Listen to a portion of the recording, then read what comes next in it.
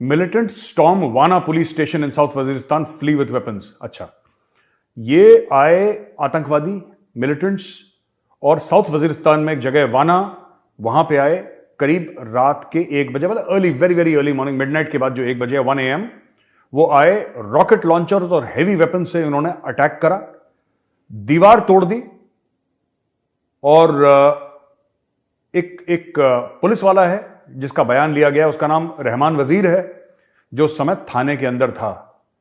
तो उसने बोला कि 50 मिलिटेंट, 50 आतंकवादी जो हैं वो स्टेशन के अंदर घुस गए, आगे वाली दीवार को, जो दरवाजा था और दीवार थी, उसको बारूद से उड़ा दिया। ये अंदर घुस गए, इन्होंने पुलिस वालों को बंदी बनाया और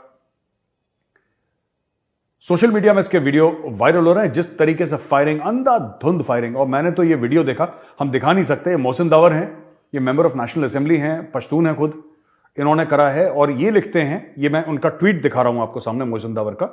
मोहसिन दावर कहते हैं कि the police station in Wana, south Waziristan, was attacked by terrorist earlier in the morning today. This is the 4th major attack in Pakhtunkhwa in the last 3 days. The intensity and frequency of attacks in Pakhtunkhwa has continued to increase. तो यार, ये 8 AK-47 लेके चले गए और 50 बंदे आए थे। एक कांस्टेबल को इंजरी हो गई और शायद एक आतंकवादी इसमें मारा गया है। फ्रंटियर कोर बीच में आया, उसने लड़ाई झगड़ा करा, थोड़ी फायरिंग शायरिंग करी। फ्रंटियर कोर के बस का बेचारा कुछ है नहीं इतना ज्यादा, एनीवे। और 2 डेड बॉडीज पाई गई सरतन से जुदा वाली। ये पानी के कोई एक लोकेशन थी जहां पर पानी था, उसके पास। खैर, anyway, this is not important कि ये क्या हुआ क्या नहीं हुआ। बात यह है कि लगातार दर लगातार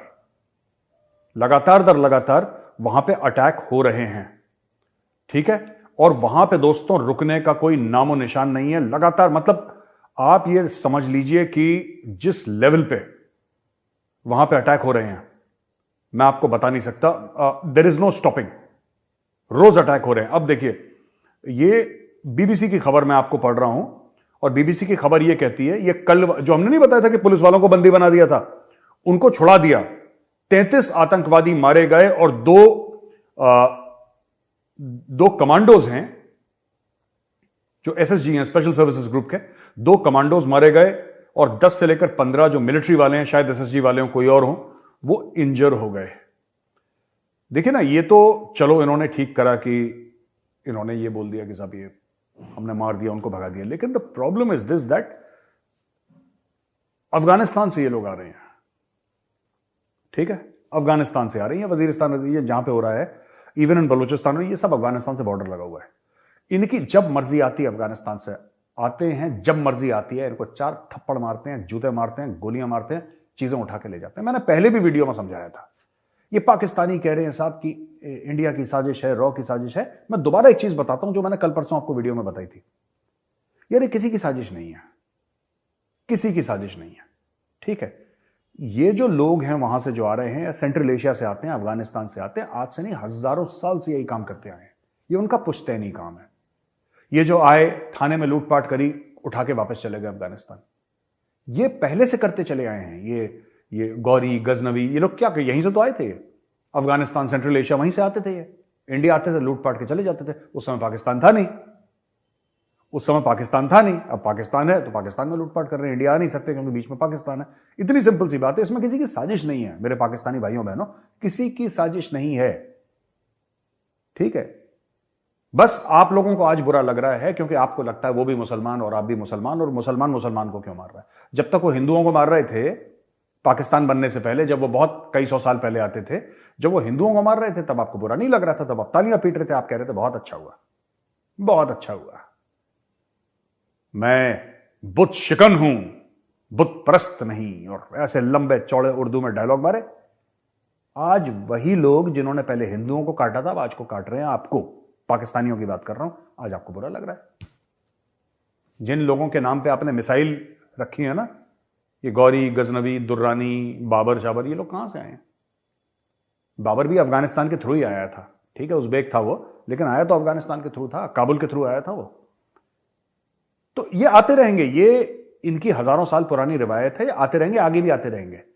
और 1000 साल पहले, 500 साल पहले कोई रॉ नहीं थी, कोई मोसाद नहीं थी, कोई CIA नहीं थी, ठीक है भाई, ये तब भी आते थे और ये आगे भी आते रहेंगे। ये इनका ये पेशा ही है, ये लड़ना और आके यहां पे ठोकना आप लोगों को। तो ये होता रहेगा। तो डोंट वरी, इतिहास के पन्नों में आपका भी नाम अमर हो रहा है, तो वेलकम टू द पार्टी। ठीक है जी। अच्छा, काफी लोग पाकिस्तान से मुझे बता रहे हैं कि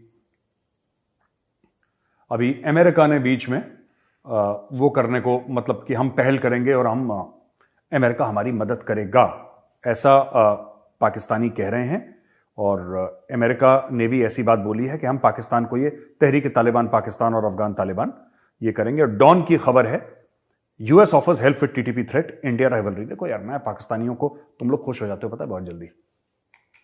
इतना हल्का भी नहीं होना चाहिए लाइफ में मेरे पाकिस्तानी भाइयों बहनों, इतना हल्का नहीं। आप लोग बहुत हल्के हो यार, माफ करना मैं ऐसे लफ्ज इस्तेमाल कर रहा हूं। आप लोग बहुत लाइट वेट हो और वेरी, आपको कोई भी कुछ बोल देता है आप बावले हो जाते हो, खुश हो जाते हो। ये अब अमेरिका हमारी मदद करेगा।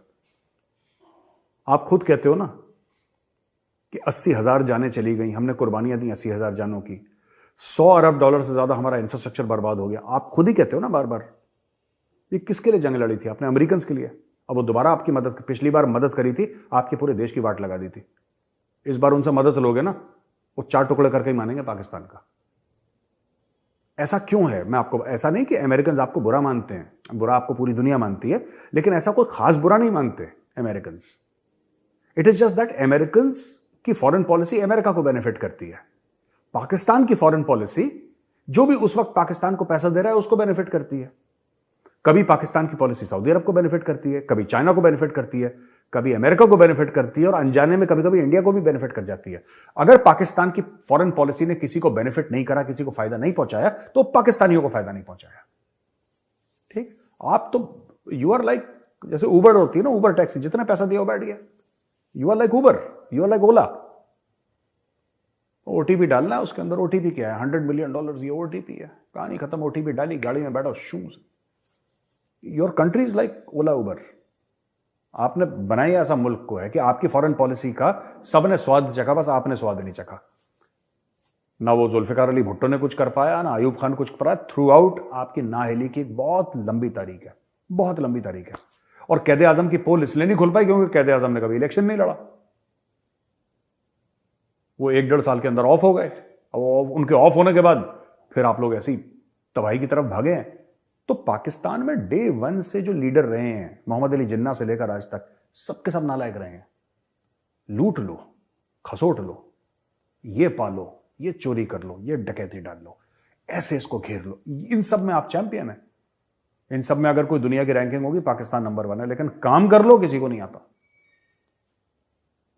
काम क्या करा आपने? कारकर्दगी क्या रही है आपकी? ये जो आपको अब अमेरिका, लोग खुश हो रहे हैं पाकिस्तानी। मैंने 2-3 जर्नलिस्ट को कि मेजर साहब, अब मुझे लगता है कि अमेरिका इसमें दखल अंदाजी करेगा तो कुछ ना कुछ बात बनेगी। और क्योंकि सब तो अमेरिका की साजिश है और इजराइल की साजिश है, और इजराइल नहीं बोलते, इजराइल की साजिश है, और भारत की साजिश है, और रा की साजिश है, और सबकी साजिश है। और इन सब के जो टॉप पे बैठा है वो तो अमेरिका बैठा है। अगर अमेरिका बोल देगा तो सब, फिर पाकिस्तान में खुशहाली हो जाएगी, फिर शहर और दूध की नहरें बहेंगी, फिर हम सब लोग अमीर हो जाएंगे, फिर आप सब लोग पाकिस्तानी हाई कमीशन के सामने दिल्ली में खड़े रहेंगे कि भाई हमें भी पाकिस्तानी बनना है, हमें भी पाकिस्तानी बनना है। बस।